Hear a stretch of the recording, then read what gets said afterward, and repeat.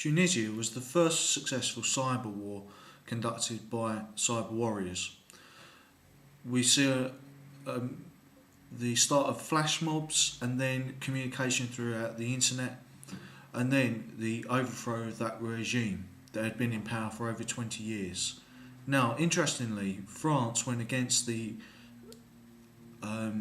grain of the EU in supporting the dictator in Tunisia. He then fled to Saudi Arabia. So it's interesting to see the interplay between France and Saudi Arabia in Tunisia. What we saw in Tunisia is a quick and successful revolution by the people and the installation of a moderate transitional government towards democracy. But what we see in Egypt is far more of a greater momentum and also a greater significance, okay, of a greater magnitude, because where Egypt goes with its vast population of over 80 million, the rest of Arabia will follow. This was the view of the BBC, and it is my view as well, that Egypt is the only Arabian country with its own homegrown industries aside from the production of oil. What we will see if Baradei, the former UN nuclear weapons inspector, becomes president of Egypt, will be a domino effect of spreading democracy throughout the Middle East. And what is interesting also is the absolute fear and terror that this democratic upsurge has caused with Mubarak and with Israel and the Muslim Brotherhood. They have been caught completely unawares by this, and it strikes to me the point that maybe the EU and the United States and the Great Britain are behind it in some way. But the fact that the United States was caught completely unaware and that it was backing Mubarak shows that perhaps this was not the case, and perhaps it's either an EU-led revolution, right? An EU-inspired revolution, or it is a homegrown Egyptian nationalist revolution that has no religious overtones. There are certainly people amongst the crowd who will want an Islamic state. The BBC reporter spoke to one particular man who wanted an Islamic state. The Muslim Brotherhood has also said it supports a revolution, but that might be for its own reasons of survival.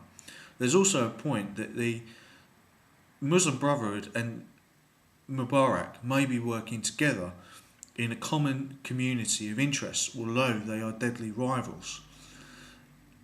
And of course, Al Qaeda was inspired by Bin Laden's latest version of Al Qaeda, because their contacts go way back to 1947, and when their family started to grow.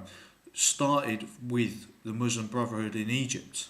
Their second in command, it was part of the Muslim Brotherhood that is below Bin Laden himself.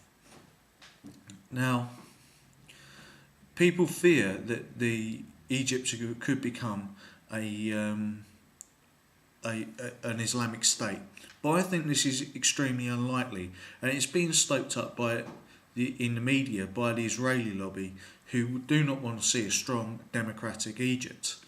They also fear an Islamic Egypt, which would mean that they would have a powerful southern enemy in Egypt, as they have a northern enemy in Hezbollah in Lebanon, and to the east in Iraq, the presence of Iran, who de facto control Iraq. But this brings me on to the second point, that somebody from Chatham House interestingly noted that the Chatham House is the British version of the CFR, the Council of Foreign Relations. It is akin to them, or it is not part of their organisation. But Chatham House noted that when in 2003 Iraq, the Iraq War brought down the statue of Saddam Hussein, people in Iraq realised slowly that democracy could happen, although in the short term they didn't want it.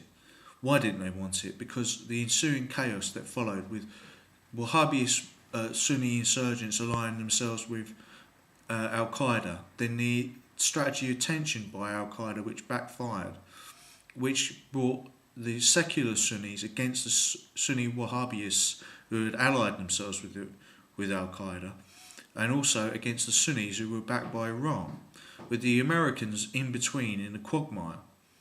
Now, complicated, yes, very complicated, like playing three-dimensional chess in a darkened room, one British general described it. But overall, we can say that Iraq was stabilised by the Americans and the Iranians not working together, but coming to a truce. And they both saw Al Qaeda as the greater enemy. In a similar vein, you can see that the Egyptian military has said that it will not fire on its own people, and it is still against the Muslim Brotherhood. So you can see that the Muslim Brotherhood are wary of being wiped out politically or maybe even physically by the Egyptian military. The swamp, as George Bush described the Middle East's fundamentalist doctrines, has truly been drained, not by tanks from the United States, but by the Egyptian people themselves. This to me is a great revolution, and it should be welcomed.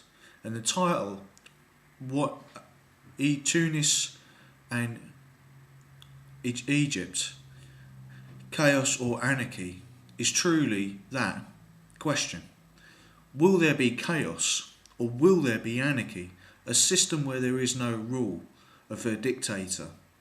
You can say that democracy is akin to anarchy because there is no dictator.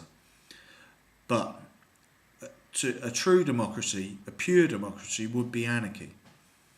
That is where all individuals have a vote and there is no single ruler. What we can't hope for in Arabia is a pure anarchy.